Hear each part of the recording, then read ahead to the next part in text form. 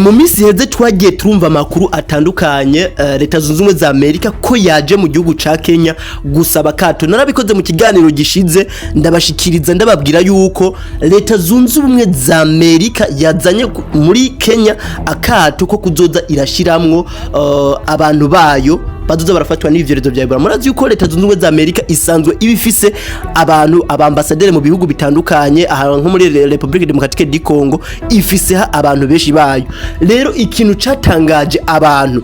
nuko leta zunze ubumwe za Amerika itashimye gufata abantu bayo ibatware muri Amerika oya, ahubwo yashimye kuza kuvugana na guverinoma yo muri Kenya, aho mu minsi mwagiye murabona imyigaragambyo igendera garagara mu mabarabara abene gihugu muri Kenya biyamiriza iyo ngingo yafashwe na guverinoma. Rero ico kintu cagiye kiravugwa cyane, cagiye kirasirikira, ariko uyu munsi sico nje gushimikirako, ahubwo nyamukuru nje kuvuga ku kintu kijanye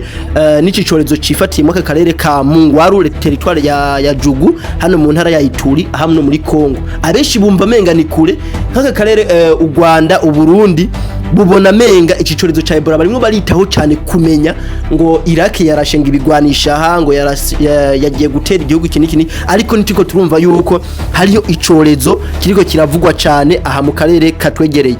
Reka tubanze twumvirize uyu mumenyesha makuru akora iyi radio ya BBC ikintu yashikirije n'impamvu mbega Ebola iri kirandukira mu buhe buryo, ni giki kiriko kiraha inguvu iki corezo ca Ebola. Cette souche particulière a fait plus de 40 épidémies mortelles au fil des ans. Pourquoi revient-elle sans cesse? Le virus vit généralement chez les animaux sauvages comme les chauves-souris, frugivores, transmissible aux humains par contact étroit. 2. Il peut se propager rapidement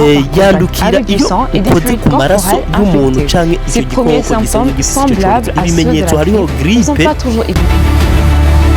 Ayo n'amajambo yashikirijwe n'ikimenyesha makuru BBC News Africa, aho bagiye baragaruka ko cyane nkuko nabibasiguriye twagiye turajana nuko yagera bisigura. Rero tudatevye reka turabire hamwe mbega n'igiki kiriko kiratuma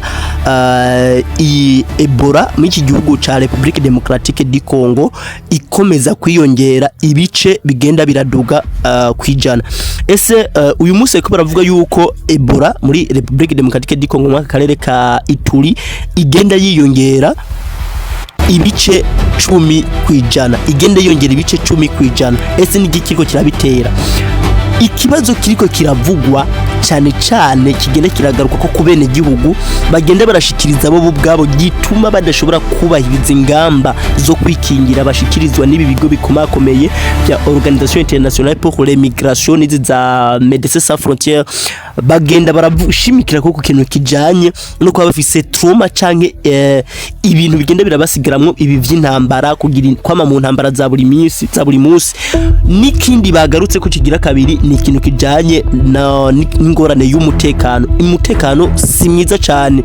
ivyo bituma ingamba zo kwikingira zidashobora kubahirizwa cyane mu aka karere ka Republique Democratique du Congo. Ikindi bagarutse ko ni ikintu kijanye gushingurana iteka ababo. Iyo wabuze umuntu wawe urazi yuko byashitse umuntu wawe agwaye ikibazo afise ikibazo ca Ebola agafatwa n'iki corezo ntashobora guhabwa famiye yiwe ije kumushingura. Abeshi murabizi muravyumva uko bimeze ntibashaka kumuhabwa. Ikindi catumye rero bavuga ati twege ntitushobora kubahiriza ingamba zishikirizwa n'ibigo vya Organisation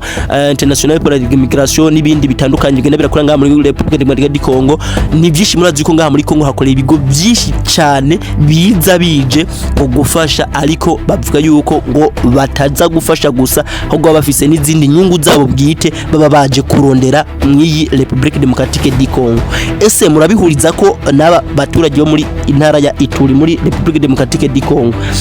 ibihugu rero biri chronique cyane bigaragara ko bimwe baravuga yuko bifise ikicorezo ca Ebola cyane gusumba ibindi. Turasangamwe iyi Republique Democratique du Congo, Uganda, Guinea, tugasangamo Sierra Leone ndetse na Liberia. Aho rero ni mu bihugu biriko biravugwa cyane ko hariho ikibazo gikomeye gusumba ibindi. nkuko natanguye ndabashikiriza murazi ko nabwiye yuko muri Republique de Leta Zunze Ubumwe za Amerika Leta Zunze Ubumwe za Amerika ko abene gihugu baho basanzwe bari mu bihugu mugabe baba bari mu mvo zizwi n'igihugu babaziye mu kazi k'igihugu bazozo barashikirwa n'ici corezo ca Ebola ko harimo harasabwa ko guverinoma ya Kenya yoshobora kurekura ku buryo baza baravurirwa mu gihugu ca Kenya abashiraho akato mu gihugu ca Kenya ariko akato ntibagatware muri Leta Zunze za Amerika ngira ngo muca mwumva ico kintu abeshi muca mwumva yuko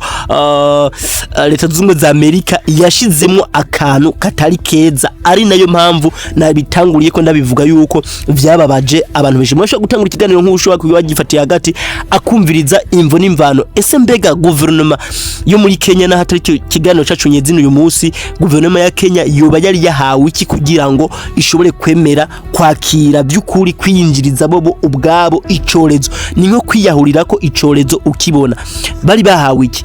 Leta Zunze za Amerika niyo yagira bipostinga igendera ivuga yuko by'ukuri icatumye Kenya ibaha